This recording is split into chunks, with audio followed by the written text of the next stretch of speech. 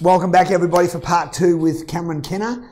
Cameron, for those of you that have only tuned into this video, is the founder and CEO of Ampersand, and also one of the directors of Real Properties, and I think also a director with your wife with Deck. Yeah, right? with Deck PR. Okay, beautiful. All right, thanks. So we want this part two. I want to talk about and go more into the detail of what we can do to give people and facilitate some IP in relation to how they cope with change. So we're living. I call what we're living in now a bit of a state of flux. There's just so much going on all the time. Yeah. It's ridiculous. It's noisy. Right? Very noisy, as you said before. Now, and then we're talking about some people, and the example I gave you was when I was talking to Paul yesterday, I had an aha moment when Paul said to me, he goes, Michael, when you bought your first business, he goes, Dr. Fred said that you know, he knows you that well now, that the day you got out of the car and stuck the key in the front door of that empty office, you were already the CEO. Yeah. And I can remember, and I call those trigger points. So therefore, on that score, it was, and he took me straight back to that moment in time. Yep. Straight away, I felt like while he was talking to me, I was right back there. And I remember that I got out of the car. I was in the car. I was a salesperson from Barry Plant, and I got out of the car as a CEO at Stockdale and Lego. Like I just straight away, I just did a complete 180. Yep.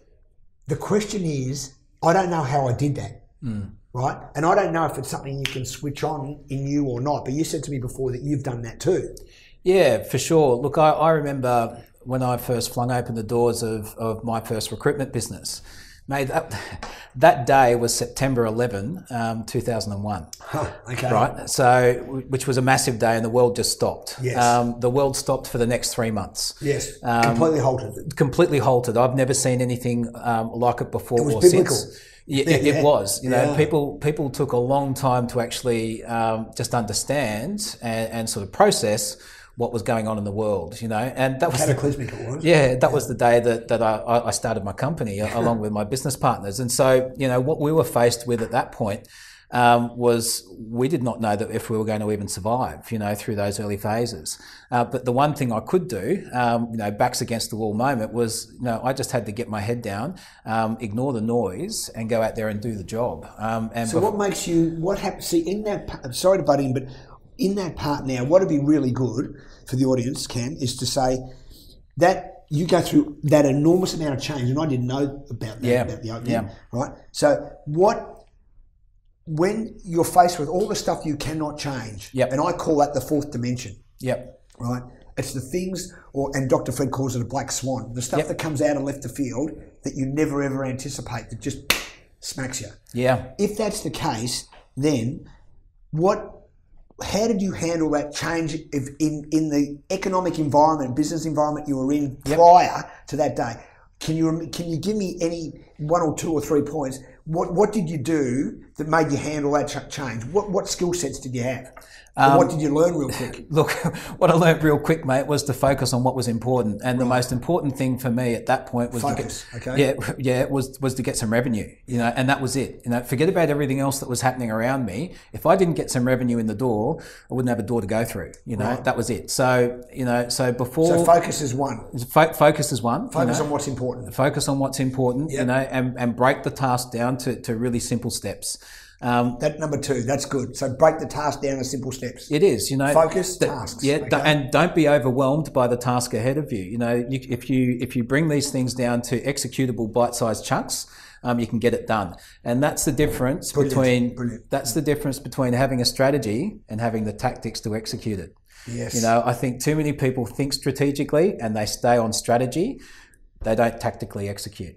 Yes, I have a philosophy called KSI. So it's knowledge, strategy, implementation. Yep. So I talk about that a lot on YouTube, and John's been great with that because he's been asking me a lot of questions about it over the years. And I have that. It's funny because you and I have never spoken about this. Funny and I talk about that a lot, right? But that was my foundation for when I opened that door that day. I needed a formula that I could work through because I'm not the sharpest knife in the block. I needed something that I could follow and go, right, this works for me. So I need to get knowledge, I need a strategy, and then I need to be able to implement it with speed of implementation. Correct. Quick. Speed to market, mate. Yeah. You know, and too many people, I think, well, look, no, I shouldn't say that. That's a really broad thing to say. But if you're going to take the responsibility of opening up an organisation, then you better be the best bloody person in it, you know, at doing the job. Yeah. You know, so it starts with that. Yeah, you know, it starts with being an executor. Because I learned, one of the things that I did learn, and now we've covered focus and task, bite-sized bits, I love that. Right, and implementation. So basically our strategies, you and I, our philosophies are very similar. We use different words for it, but the structure's the same. So therefore, on that score, I prided myself, because my father brought me up to say, if you're going to have people work for you, Michael, you need to be better than them so they stay with you, so you can keep educating them. I agree to that to a point, but there's some things I'm just not good at that I hire people for sure. The old Warren Buffett scenario. Look, I hire all the best around me. And I think that all works when the business is small. As businesses grow and they get bigger, you know, you do surround yourself with people who have better skills at you, at things that you identify are your shortfalls in the business. Yes. You know, you can't be afraid of that either. You know, you can't be scared to have someone a bit smarter than you sitting across the way, who's better at that particular task. Right, and then, but what I have found, and this is, I've got a firm belief on this, is that if I'm the CEO of a company and I've got a particular skill set, which might be sales, and I've got everyone else around me, I've got a CFO, everyone around me has got skill sets better than me, in accountancy, whatever it might be, IT, all that sort of stuff, social media, etc. I still need to be the master of human behaviour and to be able to coordinate all those personalities together. That's what I always find a good leader can do. That he or she can get everyone and mould them together and bring them in. And that facilitates any change that may happen because you know basically what's going on. Do you feel that? For sure. I mean, the buck stops with you, right? Yeah. So when you run an organisation, even though you might have many skilled individuals in it, you know, a company isn't a democracy. It's just not. You know, there needs to be. That's great. There needs to be a leader and someone who's held accountable for the decisions. Yeah. Now, you might employ me in various tasks in the job, but what you're really employing me for is for those one or two really big decisions a year that I'm prepared to make. That's going to determine the course of my business. Yes. Yeah. That's what you're paying me for. Great. It's not to execute on the 90% of my administrative, operational, and other sales duties. Yes. You know why I get paid the big bucks, mate, and I don't get paid big bucks.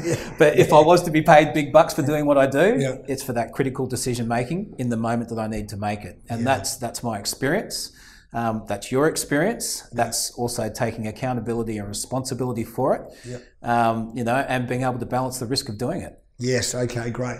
So therefore, when we have to adopt and adapt and overcome change and transition, we now know that a lot of the building blocks are task-driven, small bite sizes, with a very, very strong focus on an outcome. Yep. Needs to be achievable. That's great. All right. I think that core content in that regard and keeping these videos real is good.